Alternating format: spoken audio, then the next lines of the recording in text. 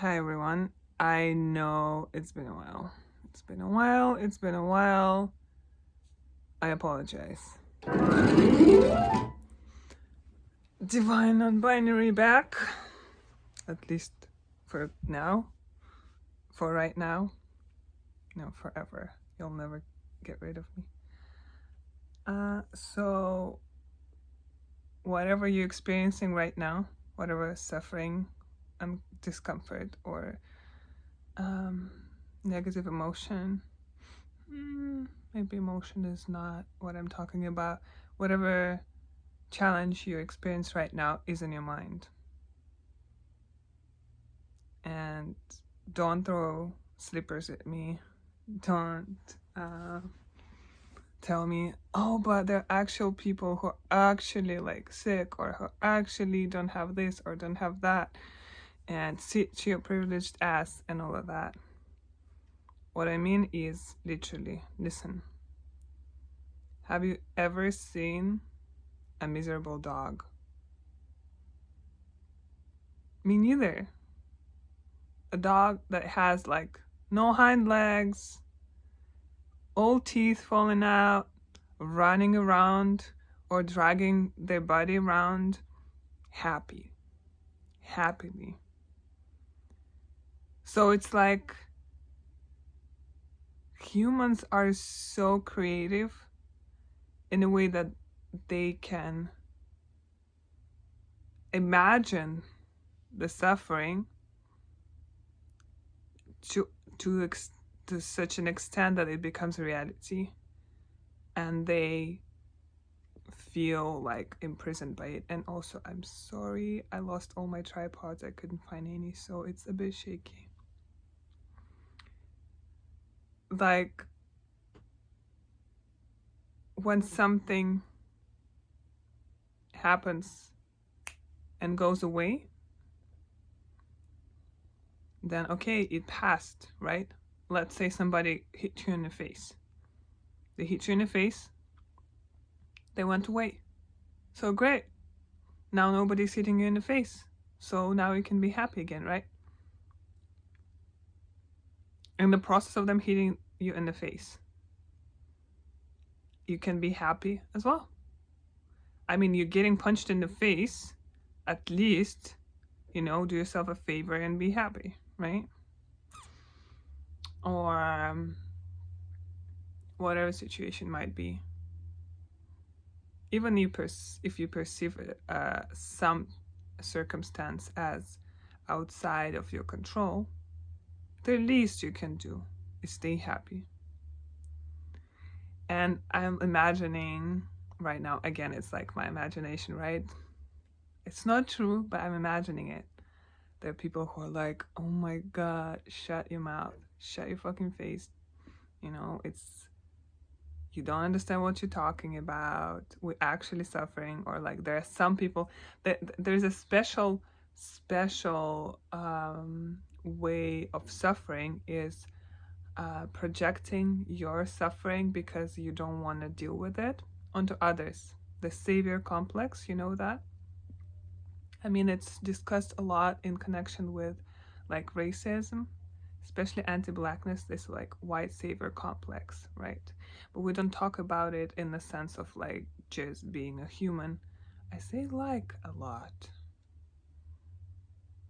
In the context of being a human and this martyr complex where you've been conditioned to shove your own pain, your own trauma so deep inside and believing it doesn't matter, that you have this compulsion to project the pain onto other people and then save them to feel better.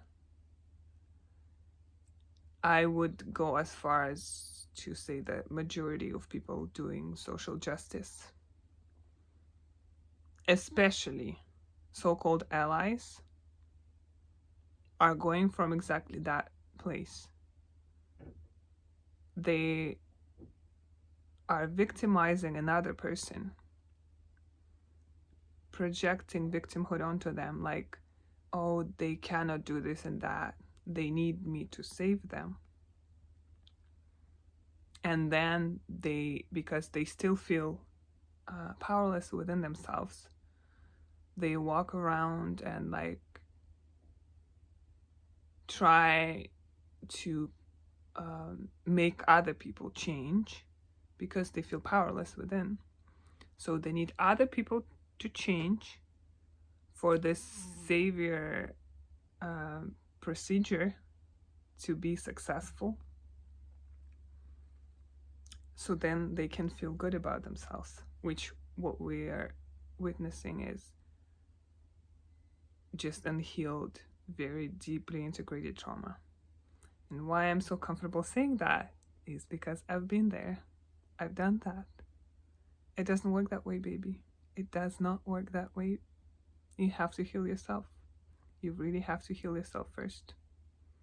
And all this resentment towards like the spiritual people and their bypassing of whatever.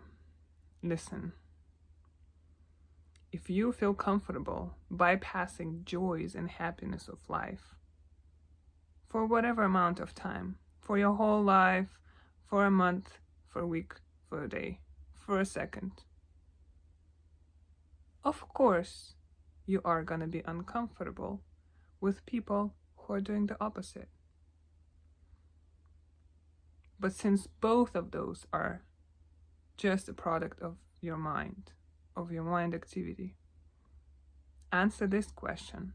Why do you feel necessity to leave out the good things, which is majority of everything is good?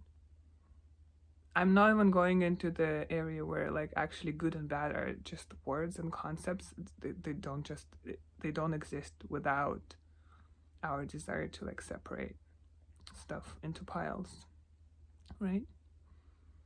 But ask yourself, what is it so compelling in focusing on the negative? Anything. In creating, by focusing it, actually projecting it, right? Versus focusing on everything good. Ask yourself where it's coming from. Why do you feel so unsafe that you constantly have to be looking for threats outside of you? Like feeling you have to prevent something or solve something or whatever. Going back to the victimhood stuff, victimizing other people, I don't know if any of you, like what kind of emotion it invokes in any of you, but to me personally, anytime people tell me they're sorry, like I would tell them about what is going on and then be like, oh, sorry. And I'm like, what? Like it feels disgusting. But then they're coming from a good place. So like, how do you tell them it's disgusting and stop doing that? I've been trying to communicate to some people over time, but I also understand it's like also comes within, right? Because at some point I was a compulsive sorry sayer, but not in the situation like that. Like, what does it bring? What does it bring? You seeing me as a victim, how does it help? And if you're creating a victim in me, because you think I'm suffering, but I'm not. But you think I am because you need me to be suffering. So you can say, oh, sorry, and then hold space for me suffering to feel good about yourself. And I'm not judging. I'm asking you questions.